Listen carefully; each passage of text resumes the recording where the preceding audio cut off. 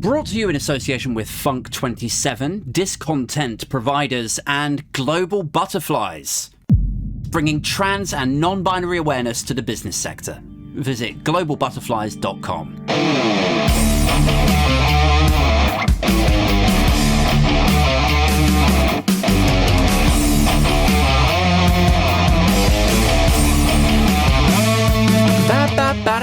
Ladies and gents, welcome back to the Aid Thompson Show, more commonly known as Aid Thompson and Other Disappointments. Cheers.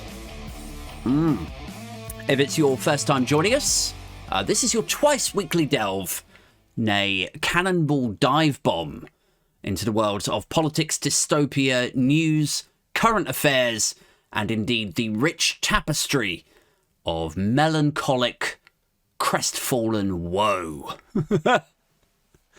that we've all come to know and loathe as the modern Great Britain. I'm your host, the always upbeat Aid Thompson, and you can think of me as your little ray of sunshine, as it were, on an otherwise cloudy decade. A beam of light to brighten your darkness. Let us gallivant through these fields of gallows humour once more, as together we try to impart a helping of restorative sanity, if not cathartic sighing, across the wires. What's in the news, guys? What can we riff about today, do you think, on Wednesday the 22nd of November, if you're watching the premiere of this on YouTube or checking it out on Patreon, where it goes first for 2 days before it re-emerges in final form on Spotify and Apple Podcasts.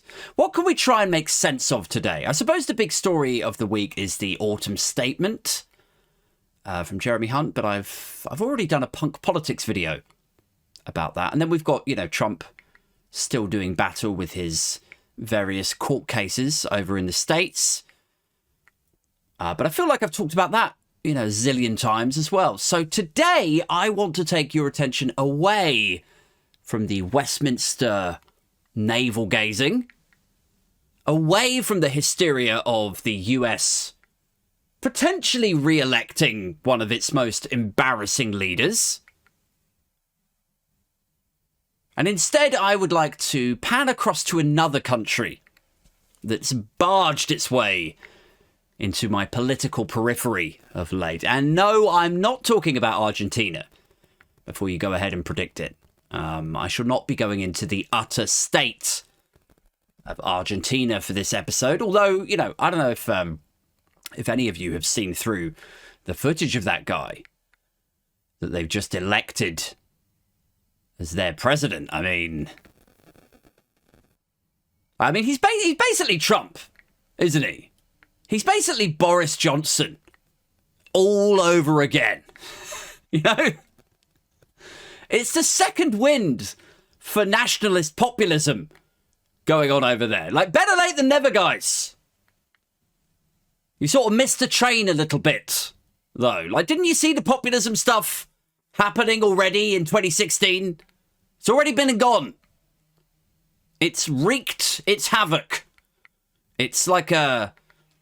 at this moment, it's like a sort of a rabid, lawless, calamitous fair that came through the town and, like all the workers pitched up in a field and left their sewage and cigarette butts everywhere and plastic bags and dog mess all over the place. They ransacked the village and then they just went on their way. Johnson's gone. Berlusconi's gone. Trump's gone for now. And now at this point, just as it's all been dying down, now Argentina are like, yeah, okay, let's give this a go. It's kind of like, I know it's serious. I know that it's, quite worrying that they've elected that figure over there. I know that for some people out there, they're going to be thinking, well, what does this mean for our cousins who still live over there back in our homeland? Maybe Argentinian families in London or whatever. What kind of state could our home country get ourselves into? But even you guys, you must be able to see the funny. You must be able to see some semblance of amusement into getting into populism in 2023. You know? After all the economic problems that it's caused the UK, after all the deaths that it's delivered to us and to the US via Trump. Not after, like, just through the pandemic, but also, you know, January the 6th, I think 5 people died on January the 6th. And then after Brexit and after all the demonstrable, academically provable nonsense that nationalist right-wing populism has gifted to us. To then stand there in 2023 by the million and go, yeah, we should try that here. We should give that a go as well, you know? It's just it's a little bit of amusement to take from that, I think. Like, I really think that takes a special kind of, you know, a gold tier of cretin to opt into populism now, when we're right through the other side of it, to see all the damage that it's done and then go, yeah, all right, you know, why not? Though, as, you know, a guy on Twitter, I don't call it X, by the way. I call it Twitter. It's never going to be X to me, all right? It's like when E17 changed their names to E17. It's like, no, shut up. You're always going to be E17. Outdated pop culture references are apparently now my thing. But yes, as a tweeter by the name of Jeremy Pemberton pointed out to me earlier on this morning, they are battling with 160% inflation right now. So I don't know, you know, when just going to the supermarket becomes an opulent fantasy, and the only hope that you've got of coming out of this is the mad rantings of a right-wing lunatic promising you the world. I don't know, you know, maybe who am I to judge? Guys, that's, I mean, it's a sort of, you know, it's a core pillar of some of the political activity that we've seen across the globe in the last decade, isn't it? It's something that kind of gets overlooked, I think, more than it should.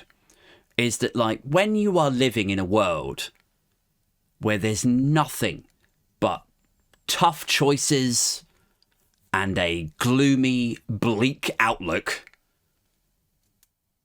where all of the facts and the experts and the statistics and so on, like, where all of them are telling you, yeah, look, listen, here's the scoop. There's not enough oil.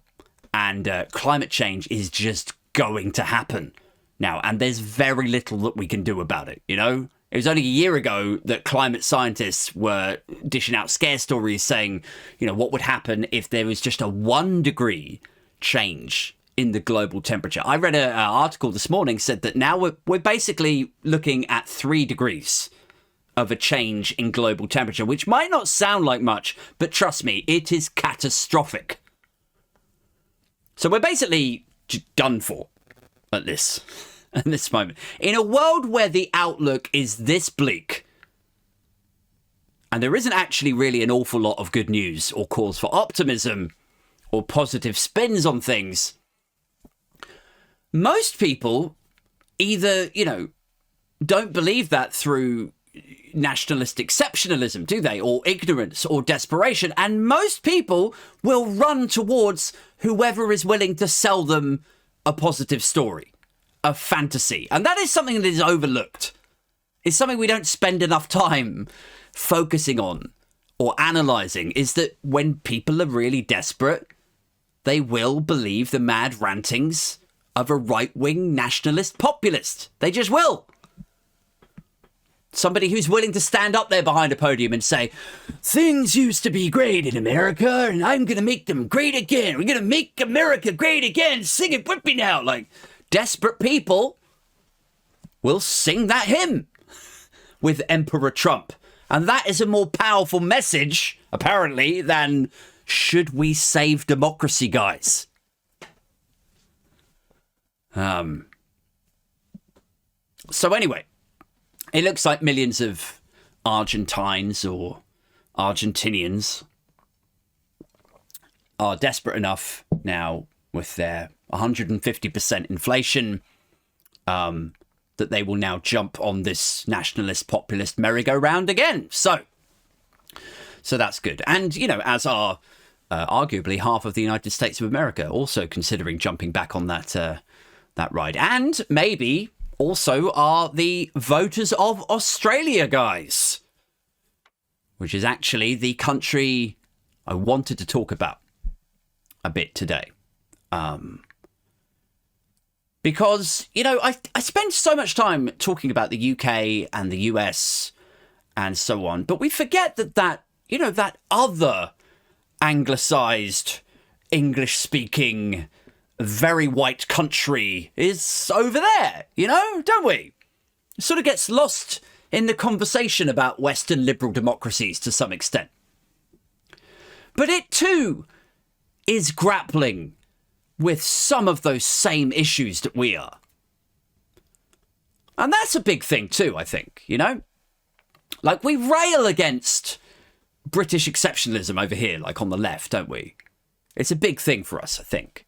We're always like, why do you think you can just send a virus packing, or you can wrestle a virus to the ground, send it packing in 12 weeks just because we're British? Like, where does that come? Well, we can. Absolutely we can, because we're blighty. You know, we can send a thing packing like a cheating husband who abandoned his wife in the middle of her cancer treatment. Not that that's a particular frame of reference that is close to home for me, or indeed close to my former home, in which I'm probably no longer welcome. But anyway, the point is that Britain is best, and we're just better than everybody else. You know, that British exceptionalism that we rail against. We're like, why did you think we could just leave the EU and it would just be easy and everything would just work itself out? You know, why did you think that? Well, because we're British. Because we're British and we're the best, and everyone will want to do business with Britain and our bestiness. You know? We rail against that sort of deluded, ego-drenched, nationalistic self-obsessiveness, don't we?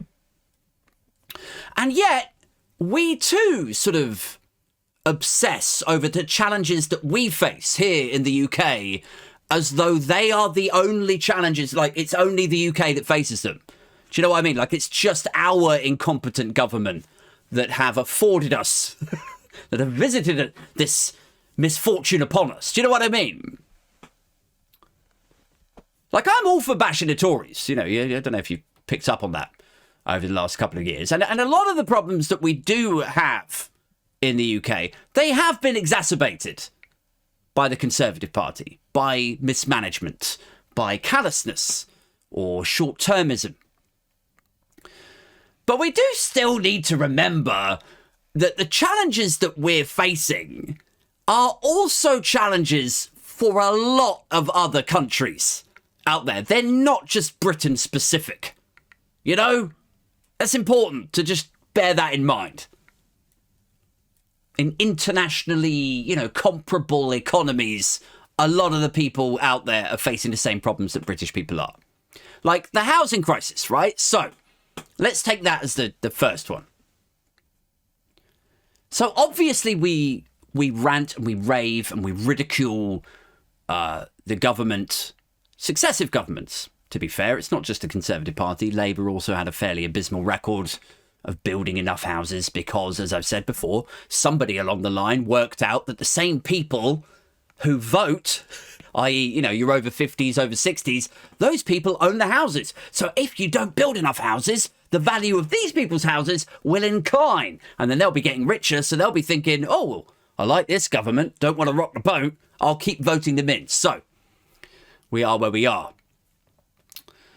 But yeah, so we rant against successive governments for their failure to build houses because here in the UK, they sold off all the social housing. They didn't greenlight enough new land and developments. And so because then there's insufficient flats and houses being built, the stock that there is, it gets offered on, doesn't it? And there's a desperation. More people want the same house. So then this guy offers on it a bit higher, and then he gets outbid, you know, and then someone steps into the equation and like the viewings and everything, and then they offer even more.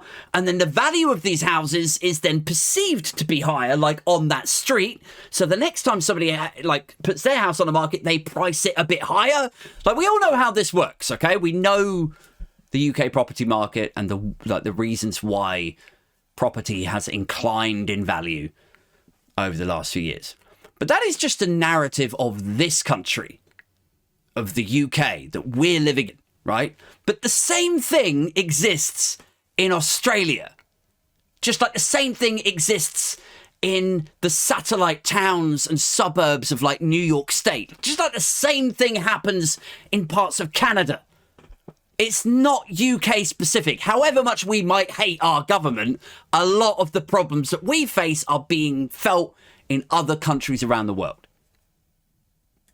So I'm looking at an article here from Forbes. And it was published in October this year. And it's by a writer, a journalist by the name of Prashant Mehra. I hope I'm pronouncing that correctly. I'm probably not, but... and it says the headline is Australian housing crisis, the high price we're paying. Australian housing crisis. That is a prefix you don't hear often bolted on to the housing crisis in this country. That there's this whole other housing crisis overseas. It says the property market is generally top of mind for the Australian public and policymakers alike because of the pivotal role it plays in the country's economy. Even so, home prices have dominated headlines in recent months as the turn in the market has upended all forecasts. Prices rose for an 8th consecutive month in September despite the central bank's year-long policy tightening cycle. CoreLogic is now predicting national housing values to reach a new high by November. This comes after a 22% jump in house prices over the 12 months into April 2022 amid a post-COVID lockdown boom. Any of this ringing any bells?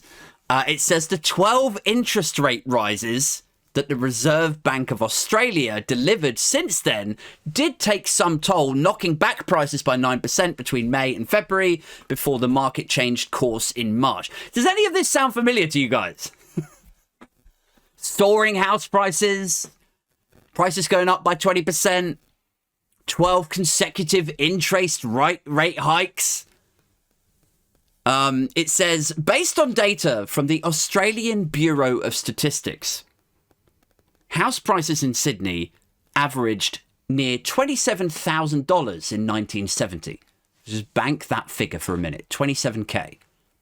And that would be worth about $250,000 at today's prices. But for comparison, the current median value of house prices in Sydney is $1.1 million, right? And here's the right. Perhaps uncharacteristically, just for you guys, just because I felt in a sort of preppy mood for once, I have done some maths here. And the maths that I have done, right, I've worked out that if houses in Sydney in 1970 were approximately 4 times an average salary, right, that would have meant that an average salary in 1970 in Sydney, Australia was about like just under $7,000. So that seems reasonable to me, right? The average salary in Sydney now in 2023 is $91,000. And 91 times 4, if you're working it out in sort of mortgages, 4 times your income, is $364,000. Now, this article has worked out that $27,000 in 1970 would be akin to $250,000 in today's money. So you should be able to comfortably buy the same house as your dad bought in 1970 if you're on $91,000 here, because 91 times 4 is significantly over 250k, right? But here's the kicker, right? Is the average house in Sydney, as they said in the thing, is not $250,000, is it? It's not even $360,000, which would be your 91 times 4, like your income times 4. It is $1.1 million. So again, house prices, just like in the UK, house prices are soaring, hugely outpacing salaries, like wage growth. And it kind of gets you thinking, like, you know, well, did Margaret Thatcher sell off their social housing? You know, I mean, like, I know she was bad, guys. I know she was callous and ignorant, and she probably stopped certain parliamentarian paedophiles from ever being found out and prosecuted. Like, we know she was bad. We have established that. We know she was a heartless agent of evil. But I didn't realise that her malice was such that it could travel 10,000 miles and gut-fuck a whole other country's economy. I never thought she was that bad. So, what caused it over there is what was on my mind grapes this morning. So then we get to this little paragraph here. It says, then came the deregulation of the financial sector during the 1980s, which resulted in increased competition and along with a shift to low inflation, which means cheap loans, right? Low interest rate environments in the early 1990s greatly increased household access to finance in Australia. So more people getting loans, more people buying houses. As demand increased, prices boomed in the late 80s and later in the 1990s. It's very, very similar to what's happened over here in the UK. And so, like, basically this is a key thing here, right? It's financial deregulation. Banks, lenders, investors, speculators, like everyone in the 80s, all the yuppie movies that you watched from back in the day, everyone turned everything into some sort of speculatable betting product. That's what happened. The financialization of the 1980s. Like, it's not a coincidence that generally houses were sort of 3 or 4 times the average income in the 30s and 40s and 50s and 60s. Everybody could get on the ladder. An average family home was accessible to one income. It's not a coincidence that that was the case pretty much right up until the 1980s when they deregulated everything and financialization became a thing. You know? Anyway, where was I? So,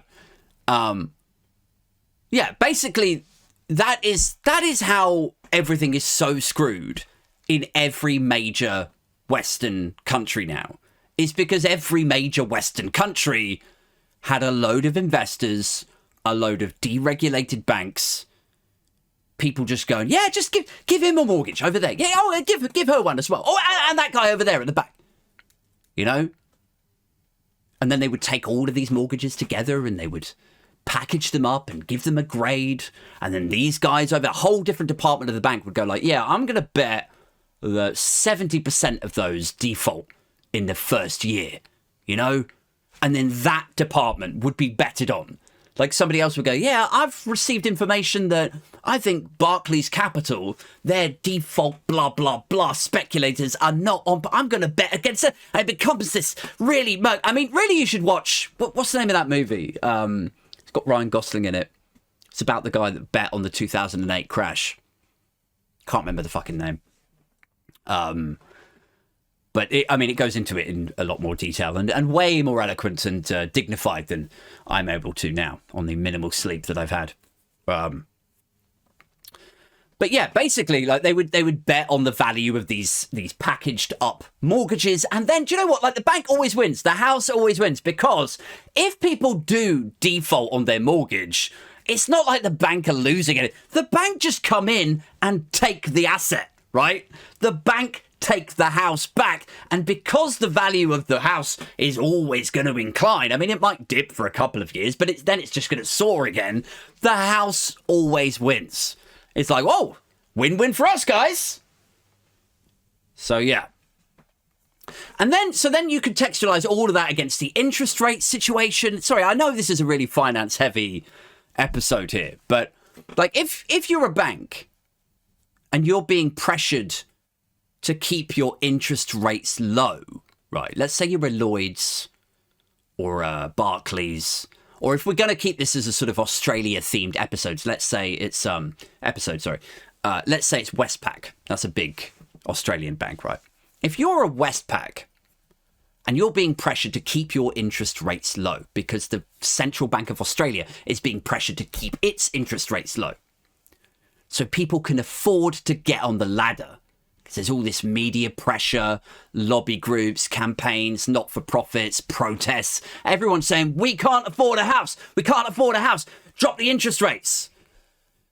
Well, like now, if a house is so expensive that you have to drop the interest rates to make the loans to buy those houses cheap enough that regular people can afford to get on the ladder, right? Well, if you're a bank and you're not making much out of mortgages, because that's the interest rate, is right? That's the amount of money that they make back when they sell a mortgage. If you're not making any money out of mortgages, why wouldn't you start investing in rents instead? And that's exactly what we're seeing now, like with investment and asset management conglomerates, like it's so messed up. Like you've got the guys who should be helping families get on the ladder. You know, banks, lenders, they should be helping families get some vague proximity to like financial security, get a roof over their heads and a stake in society. That should be their role. But instead, they're just sort of shrugging. They're just like, well, you know, there's not really any money in mortgages, to be honest. I tell you what there is money in, though. Buying whole streets of houses. Because they've worked out in the upper echelons of Westpac and Lloyd's and HSBC, all of these places, they've worked out that the return on a private rent on a whole portfolio of private rents is significantly higher than if they sold mortgages to those same properties. You know, are you still with me, guys? And so we've seen this with Goldman Sachs. We've seen it with BlackRock Asset Management. Like, honestly, have a Google. It's terrifying. I mean, for all the talk of, you know, population growth, people coming over to the UK, taking up the houses. For all of the talk of, you know, the absence of social housing, or for not signing off sufficient greenbelt for new developments, or shortages in the labour market. You know, who's going to build the houses? We need more labourers. Like, for all of that, it's just the extra dollop of shit on your cornflakes, isn't it? To hear that the most powerful agent of all of those, the most concerning variable of the entire housing crisis is the banks, right? And they're like, yeah, do you know what? Might just buy up that entire neighbourhood over there and then just rent it out. Further perpetuating the housing crisis, because there's even fewer houses now for people to buy up, and now you've got more private rents that you got to pay. Like, it reminds me of that scene in 30 Rock. Do you remember that show? It finished a few years ago now, but it was amazing while it was on. It was a thing by Tina Fey, sort of satirising Saturday Night Live, where she used to work. And anyway, there's this scene in it where her new boyfriend is going to view apartments. And he finds this place and he just falls in love with it. He just loves this apartment in New York City. And he's like, yo, the view is incredible. Oh, it's amazing. You know, I've got a kick-ass girlfriend. It's about time I got a kick-ass apartment. He's so excited. And he's like, I can't wait to show it to you. And then just as he's sort of like hanging up the call, he turns around and there's this Arab sheikh guy who just walks in and he just sort of nonplussedly just looks around. He's just like, yeah, you know, like he's not even that bothered about it, you know? And he just looks around, then he looks back to the like realtor or, you know, the estate agent. And he just says to him, like, calmly, just nonplussed. He's like, I will take this one too. You know, like, and the boyfriend's face just drops. He's like, huh? And the sheikh is like, my nephew will keep his motorcycles here. You know, like, it's just, he's just been totally blown out the water by someone who doesn't even give a shit. You know? It's like that with BlackRock and Goldman's and all these guys buying up all the housing stock. Anyway, of course, the reason I'm bringing up Australia is because, yes, they do have the same or very similar challenges as we do in the UK, even though it might be tempting for us to sometimes go, oh, you know, bloody Tories, everything's shit and they should have governed the country better. Yes, a lot of that is true. But also, not everything's going to be fixable just because a guy with a red tie stands behind the prime ministerial box at PMQs. You should set your expectations at low, people. And it's like, you know, as we've all been anger wanking over this autumn statement and, you know, shaking our fists at the clouds and wondering why Hunt couldn't do more for parents, you know, get that untapped resource out of the house and back to the workplace that they so desperately wish they were at, you know, rather than going apeshit at their kid for the third time that morning as they've spilt their cornflakes or, you know, shreddies all over the floor. And they're like, God, I just wish I was back at work. Why? This can't be right that I'm just stuck at home in these four walls. I should be getting more help. You know, like, do you ever find yourself fascinated by the Tory psyche with regard to that? Because I do. You know, this whole sort of get people back to work, but also simultaneously not helping people to get back to work paradox. Like, if you listen to this Hunt speech today, right,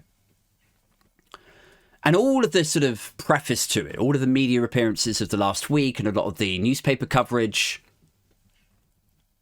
a lot of it appears to have been anchored in this idea of incentivizing people back to work, guys.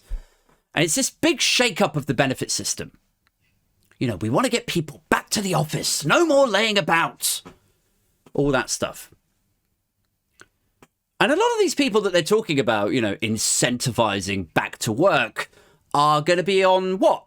Exactly. They're going to be on incapacity benefit, right? Or temporary sick leave.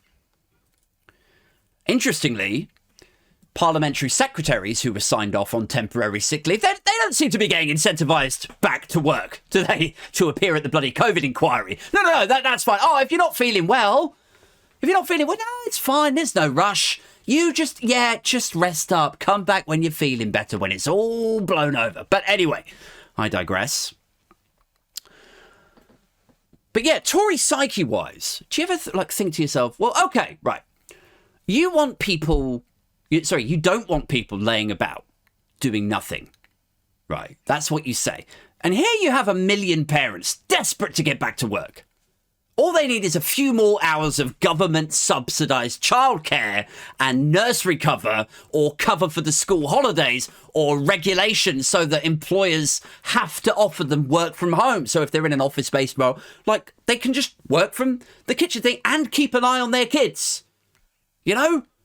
They don't want to be sat at home doing nothing. And yet, the Tory psyche, that Tory mean-spiritedness, then it kind of kicks in, doesn't it? It's like, you stay at home. You stay at home. You're getting no help from me. Absolutely none. Well, I thought you didn't want lazy people just, you know, laying around doing nothing. Well, we don't. Well, could you sort me some childcare out then? No. Right, so I'm confused. You do want me just sitting at home drinking in dole money, do you? No, I don't recall saying that. Right, I mean, it's just very confusing because, you know, I'm a single mother. I mean, I might not sound like it. Should have done this bit with a higher pitched voice, shouldn't I? But, you know, I'm a single mother. You know, you don't want me scrounging. Half your schoolmates write very disparaging columns about me. Here I am trying to get out and get back to work, which you say you want me to do, but you're not going to chip in a few quid to make sure that I can earn triple that, which you could then tax And then I would go and spend it in the shops or online. And I would not be pulling down universal credit as well. I'll tell you what you can pull down. You can pull down my pants and suck me off, you filthy fucking poverty. All right, that's... that was the last bit was unnecessary, I feel. I feel like I was nailing the point sufficiently without descending to such lewd exaggeration, comedic devising or whatever. Anyway, look, I guess the point is that it's like they really don't want single parents living off the state, right? But at the same time, they kind of do want single parents living off the state, quite obviously, you know, because it gives them that enemy. This is what I mean. It's like a Tory psyche thing. It gives them an enemy. It's fascinating. You know, they need that feeling of superiority and snootiness, don't they? Because it's their whole identity. If you took that away from them, who would they even be? They may even be nice. If you took that away. You know, but it's that mentality where they're like, oh, God, bloody, you know, single parents living off the state. Oh, what a drain they are. Oh, gosh. Like that sort of snootiness, that bitchiness. They like having that enemy. And you know that that's their vibe. You know that that is actually the mentality that they have. Because, right, here's another thing to Google, right? There was a report out last year. I may have referenced this in a TikTok or a YouTube video. I can't remember now. But for some reason, it rings a bell for something I've done recently. But there was a report that was out last year by Save the Children and the IPPR. And it found, after a study, get this will infuriate you. Especially if you're a parent and you have kids and you're struggling to work, to maintain some independent... Right, here's the report. They found that if they funded socialised childcare for kids from the ages of 0 to 11, so full-on childcare, you don't even have to worry about it anymore. If they funded that, they would get a return of £13 billion into the economy. 13 billion net return.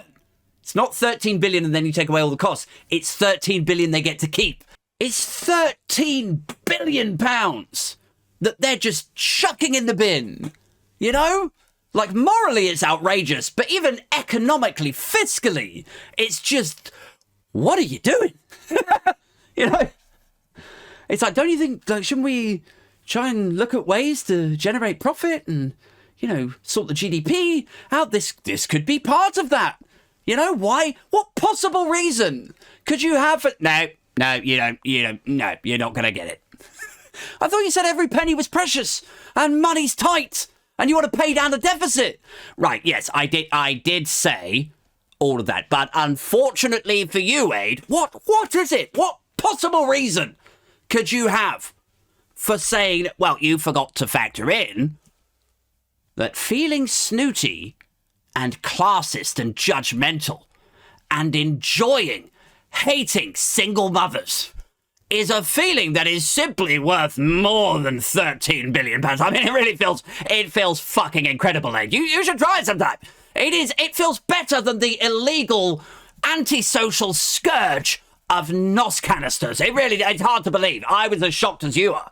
But it is an incredible feeling. It's like having my own personal fentanyl. Honestly, hey, like whenever I'm feeling down, you know, like maybe one of my best friends has been caught trying to sexually harass somebody or somebody else has been caught up in a lobbying scandal or something, I just look out the window at an exhausted single mother of two on a council estate, somebody that I could help, that it would make moral and economic sense to help. But instead I just look at her and I go, ooh, look at her, I'm so much better than her and her hard, bloody life.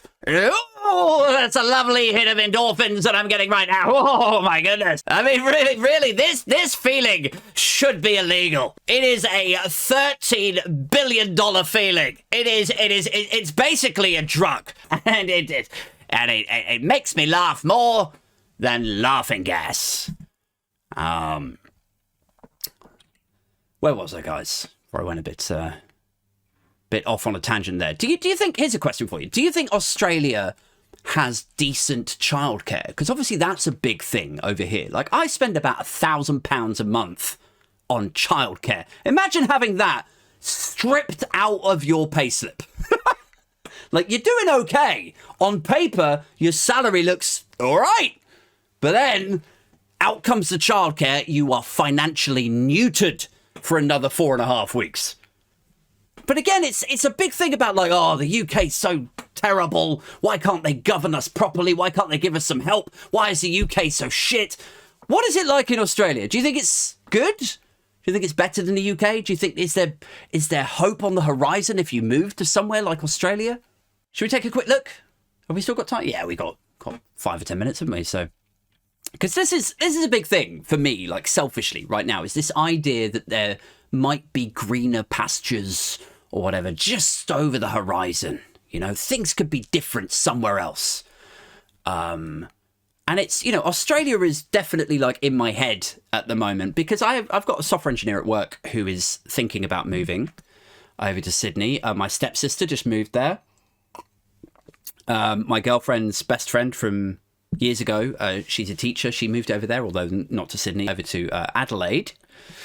And it's always seen, certainly by me, but I think by most other people, it's always seen as this sort of westernized, eastern positioned utopia, isn't it? You know, great weather, culturally very similar. Then you've got your houses with pools. You know, it's enticing. It's appealing, I think. But as I said earlier, they've got similar challenges. You know, properties, prices, housing crisis, that sort of stuff. All of that is outrageous, thanks largely to the financialization of the 1980s, which we sort of covered. But also, like, if you were moved to move out there, if you did say to yourself, like, that is it, the UK is done. You know, like the Bank of England have hiked interest rates so high that mortgages are just screwed, and now we're being propelled into the private rental sector, and those are shooting up faster than the, you know, Tory I was pretending to be 5 minutes ago, shooting fentanyl classism directly into his eyeballs. Like, oh yeah, give me that total lack of social mobility, just straight in the eyeball. Oh, excuse me while I kiss the sky. Anyway. But yeah, it's easy to think, you know, fuck the Tories, fuck the Bank of England, the UK's done, the housing crisis, the collapsing NHS, the national debt. But let's look at Australia for a second, because childcare is a big thing for us in the UK, and sometimes we think that these problems don't exist overseas. Like, it would all be easy if we just up sticks and moved. So, do they have childcare? Not really in the socialised sense. Like, in Germany, they have pretty decent socialised childcare, as I understand it. In Australia, I don't think so. Is it cheaper than the UK? No. The average here, £900 a month. In Australia, it's £1,000 a month, or the equivalent thereof. So no.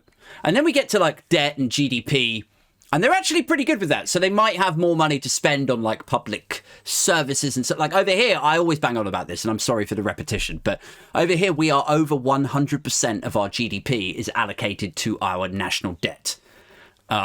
They are at only 42% of their GDP. So economy-wise, that's pretty good, you know? Maybe they don't need to borrow so much money because their government has bought up all the homes and now they're renting them out in the private rental sector. Like, maybe it's something really nefarious like that. I don't know. But, like, I mean, I'm only giving this a cursory glance. I'm just looking at the top level headline, you know, childcare, property, or whatever. But once you scratch beneath the surface with a lot of these governments, you know, you find out stuff like it could be that nefarious. You know, like, they've only got that much money to spend on their public services because they bought up all the housing stock and now they rent it out. Like, it's easy to pay for the equivalent of the NHS and socialised childcare when you're charging people $5,000 a month for a bedsit in Sydney. It'll be something like that. I wouldn't rule it out. Governments all over the world are hugely problematic. Governments all over the world are just heartless, callous, often witness agents of evil, guys. But yeah, anyway, so childcare apparently ludicrously expensive. Property, apparently ludicrously expensive. Interest rates hiked 12 times. I guess in conclusion, what I'm saying is we all just need to just pan out a little bit and think about why these problems seem to exist in every major developed Western liberal democracy throughout the world. Because here's the thing, right? This is where my head is at with this stuff. It's like in Australia, New Zealand, in Canada, Germany, we're seeing very, very similar issues. You know, in the Eurozone, we see very little growth.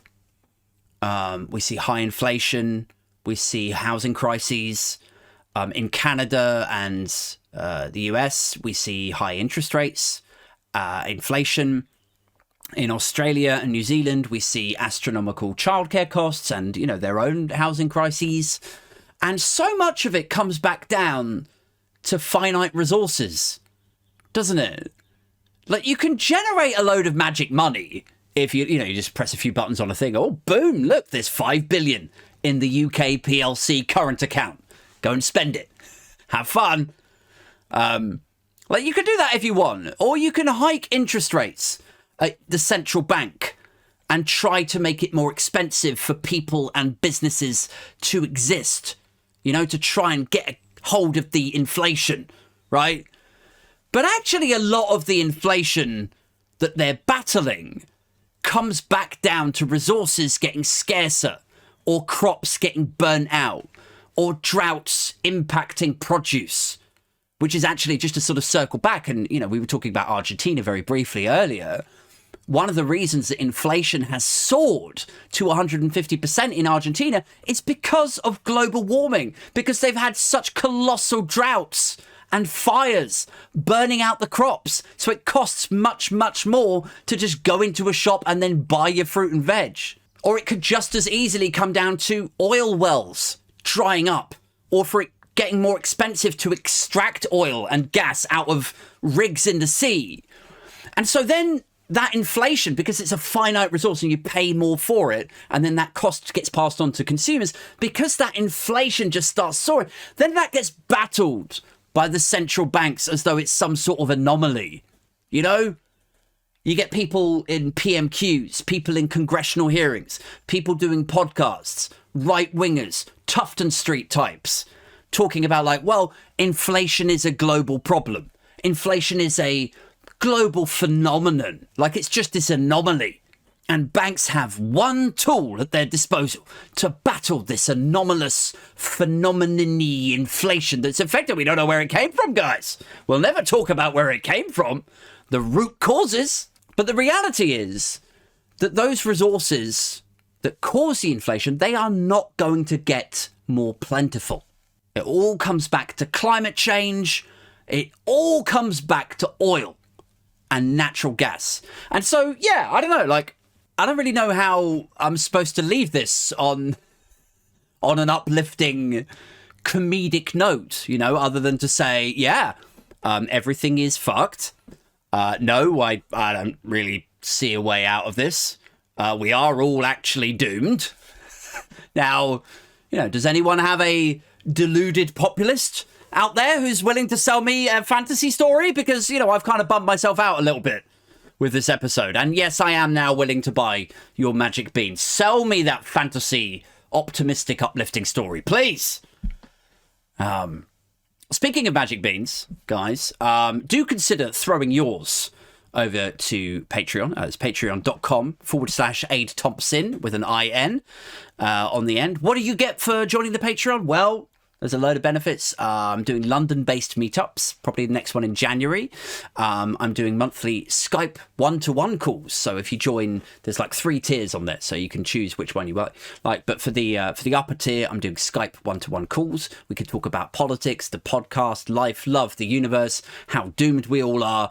There's a Discord channel, instant messaging chat. You can do that. There's an RSS feed, so that when you get episodes of the podcast 2 days before everyone else, you could just plummet into Apple Podcasts or Spotify or whatever your podcast player of choice is, and it'll go directly into that. So you don't need to worry about downloading a special thing to get the episodes 2 days before everyone else. You get first dibs on tickets to the live shows, like the Riot Society one. That was me, Danny Price, Marina Perkis, Dane Baptiste. That was a couple of weeks ago. Prior to that, we did one at Glastonbury. We also did one at 21 Soho back in February. And you get first dibs on the tickets for that before they sell out. Also, you get credited at the end of shows like this. So once again, big shouts to Rachel Harris, Bowman, Kai, Christy, David Voice, Martin Maracas, Mojo Sabian, Peter Del Monte, Pingu, Stewart, T-Rex, Aaron Smith, Alex Suter, Jeff McGow, Ned Berg, Sarah Setters and Simon Flack. Thank you so much, guys, for your continued support. I'll be back this coming Friday night with a guest. Until then, take care of yourselves, keep it strictly booge, and definitely hashtag Binfluencer. Almost didn't say that properly there. Hashtag Binfluencer. There we go. Anyway, I'm out this motherfucker.